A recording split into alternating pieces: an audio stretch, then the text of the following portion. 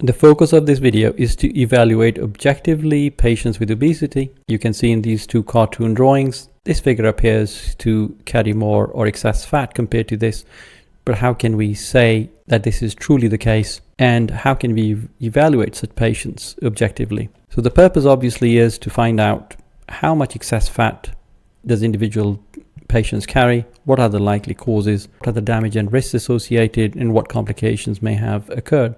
And the purpose obviously is to devise an individual holistic plan for each patient. So these assessments are clinical, specific assessments related to excess weight gain, and then there are laboratory assessments carried out for most obese patients.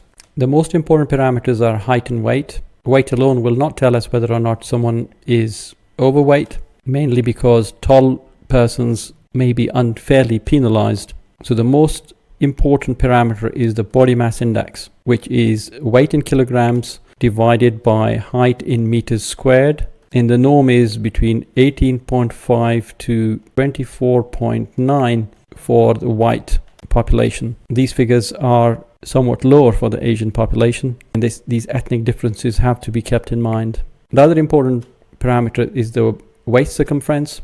This is measured with a tape measure between the hip bone and the navel transversely across in this area. And there are specific measurements for both males and females. For white males, it is 40 inches. And for white females, it is 35 inches. These measurements are lower for Asian patients. And these denote central obesity, especially for patients of a BMI between 25 to 35. So central obesity has a very high risk of developing complications associated with obesity, such as type 2 diabetes, etc., that I'll explain later.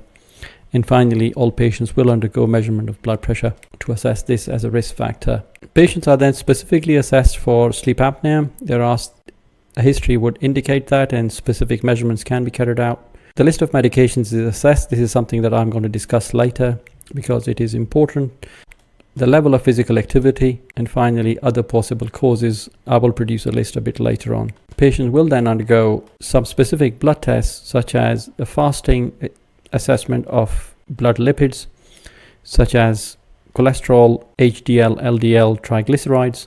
These are associated with significant cardiovascular complications if they are elevated, and are often associated with obesity. Fasting glucose is assessed, and if required, HbA1c to assess the development of diabetes, and finally thyroid function test is assessed for these patients.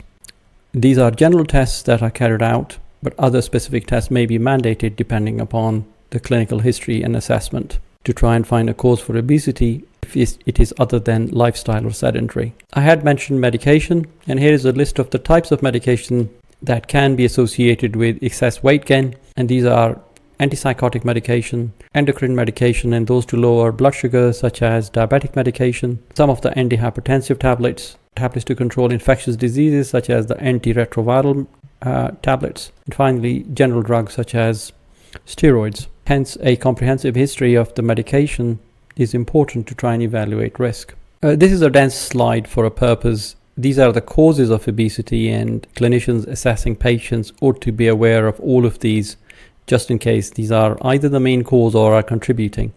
The commonest cause of obesity that is seen in the Western world is sedentary or lifestyle related. However, this may be associated with socioeconomic status, ethnicity, psychological factors.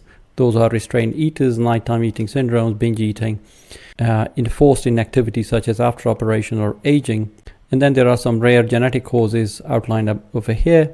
Medication I've already mentioned. Dietary obesity, as I said before, is the commonest cause, where excess calories are taken compared to physical activity. Infant feeding practices, where excess feeds are given to babies or to infants. And then there are diet and psychological conditions that contribute to it. Finally, neuroendocrine causes can also contribute or cause obesity, such as hypothalamic obesity, low thyroid levels, depression or seasonal affective disorders, Cushing syndrome, excess steroids in the system giving rise to a round face, central obesity, easy bruising and depression, polycystic ovarian syndrome, hypogonadism, growth hormone deficiency, and pseudo-hypoparathyroidism. All of these are related with this. So why are these assessments important? And the most important thing is that obesity is associated with complications, which can be cardiac, leading to hypertension, blood pressure, stroke, type 2 diabetes, and its associated complications, sleep apnea, osteoarthritis, depression, polycystic ovarian syndrome, and these may culminate in impaired quality of life. These are some of the more common associated features of why we should treat obesity as a medical condition and do everything in our power to try and reverse it. Now, just to summarize, for each individual patient, a history of weight gain is important. Weight gain either as an infant, a child, or an adult. A steady weight gain is associated with obesity in adult life and older age. Each patient should undergo a BMI assessment appropriate to the ethnicity, as well as abdominal wall circumference, again appropriate to ethnicity. There are clear differences between the white population and Asian population. The Asian population complications with obesity are associated with lower BMI and lower readings of abdominal circumference. Each patient should undergo a very thorough history and clinical examination to rule out other causes of obesity. The list of medication ought to be assessed for contributory evidence. Blood tests are performed which are associated with risk of obesity, but maybe others, to try and find a cause, and at times special tests are required. And the purpose of all of this is to try and slow down or reverse the complications of obesity and associated conditions, just so that each patient has an individual plan specific to that person and their condition, including the cause of each person's obesity, and if that is not addressed, then any treatment plan will not be complete.